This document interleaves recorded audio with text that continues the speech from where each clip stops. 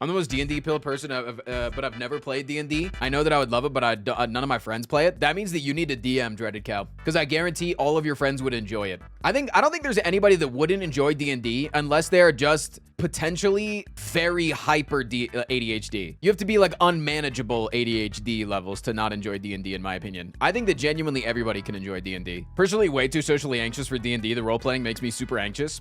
You can build a character around that. You can build a character that doesn't speak. Easy.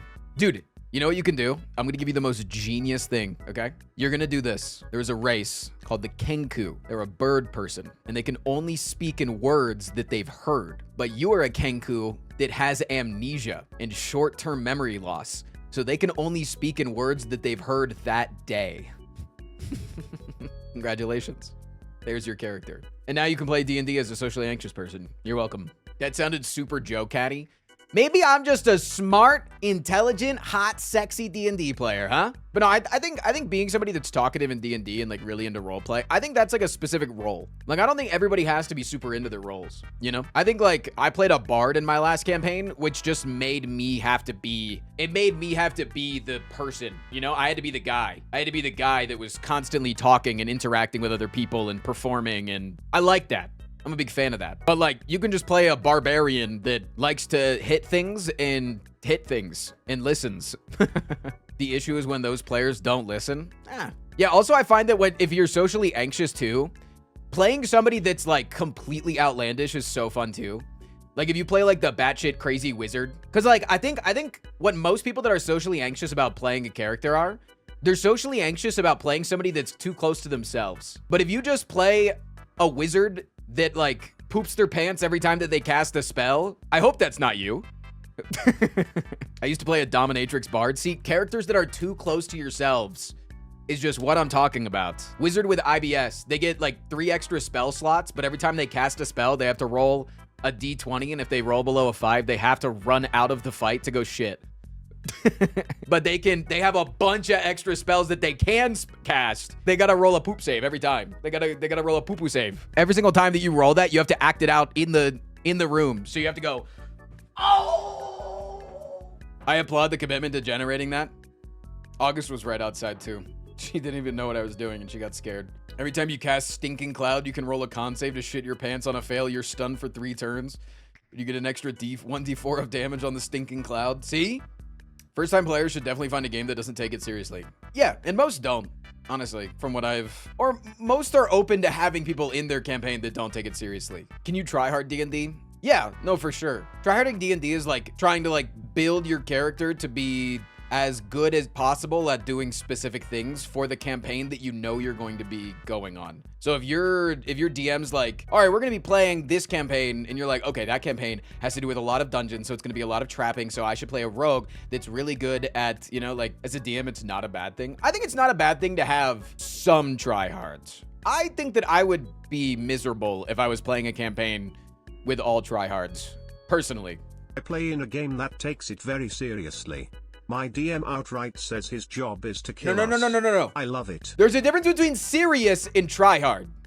Tryhard is like the min-maxers, and those guys are annoying. But people that take it seriously are just having fun. Serious just means that you're committed to the role, you know? You're just committed to you're committed to your character. That's what serious means. Like, I think that Cobalt Streak in our campaign that we just played, he played Kane, who was like that batshit crazy wizard.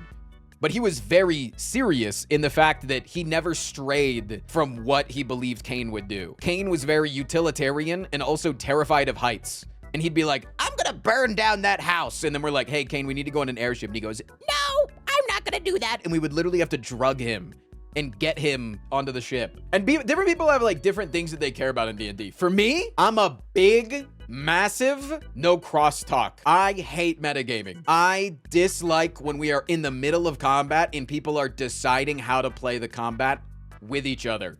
It's like, brother, you can't, that's not, to me, I don't like it. I know that some campaigns, some people, some groups are fine with it of like, hey, don't forget you have that spell. Don't forget you have that scroll. Don't forget you have that new ability. Hey, you should maybe go for that guy because I'm going to go for that guy as well and we could double team him, right? You gotta say that shit before the combat starts, because then it's like you're saying it in game, you know? Yeah, discussing it in character is way more fun, but it's just like not plausible to do mid-combat. When each turn is supposed to be 6 seconds, it's like you could say like, give me some help over here, and then like take a swing, but you can't say, hey, don't forget that you crafted that fireball scroll 8 campaigns ago or 8 sessions ago so that you could use it in this one thing where you said you wanted to do big AoE damage. Maybe it would be a really good thing. Maybe it'd be a good idea to use it right now. That'd be really helpful. I would then use my ability to then parry magic damage, which I can use once a day, and it would be able to make it so I wouldn't take any damage, and then nobody else's would be within the range of the fireball.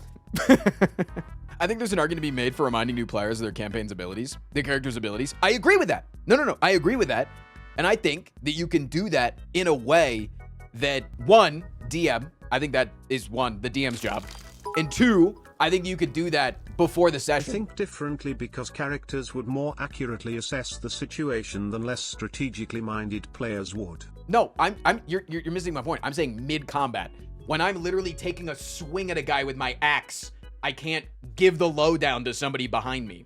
Before the fight, yeah, let's go over everything. All right, there's 3 guys over there. I'm going to go in and you should hit him with a fireball. Don't forget that I can parry that, so don't be afraid with using fireball if I'm within range of that. DM watching all players' abilities is a big ask. We're talking about new players. A guy was saying reminding new players of what they can do.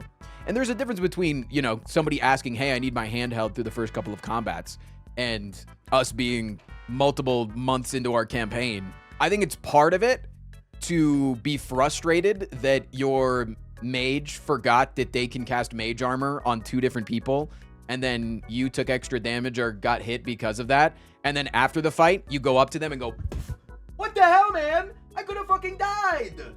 What's up? Hi. I'm gonna go shovel the snow. I was just saying bye. Oh, okay. As a DM, how do I get players to stop metagaming without sounding like a dick? Beginning of the session, you're just like, hey guys, I would prefer it if during combat you guys didn't talk about this shit, and I'm just gonna call it out in the future. I'm just letting you know now. I think it's you do that before. You gotta set the ground rule. You can't just like middle of combat, hey, we're not doing that anymore. In my group we crossed out combat, but there's so much homebrew in our campaign that it's generally hard to keep track of. Well, again, different strokes for different folks. Okay, if you guys can play your campaigns complete, there's no wrong way to play D&D. That's the thing, man. Like, I don't think that it's the DM's job to kill the players, but that other guy earlier said that their DM wants to kill the players. Had to remove a guy from my group because they would, dude, nothing makes me more annoyed than, it's like, if you need to take a long time in your turns, that is okay with me. But I need to know that you are paying attention to everybody else's turns, because during everybody else's turns is when you're supposed to come up with what you want your turn to do. But half the time it gets to your turn and like the 2 turns, but like there's like 5 people and then like the NPCs that have to take their turns. So you're like, okay, based on where the positions are, I can grapple this guy and maybe like use my bonus action to then move over in between me and the wizard so that I could like maybe tank some of the damage. Okay, yeah, that's the plan. And then like 5 turns later, it's like, so the wizard is upside down hanging from a rope and is being dangled inside of a dragon's mouth. And you're like, fuck. What am I supposed to do? What am I supposed to do, man? Shit, I didn't plan for this. And then like, yeah, it makes sense. You got to take a little bit of time to do your turn. But as long as you're paying attention, I don't care.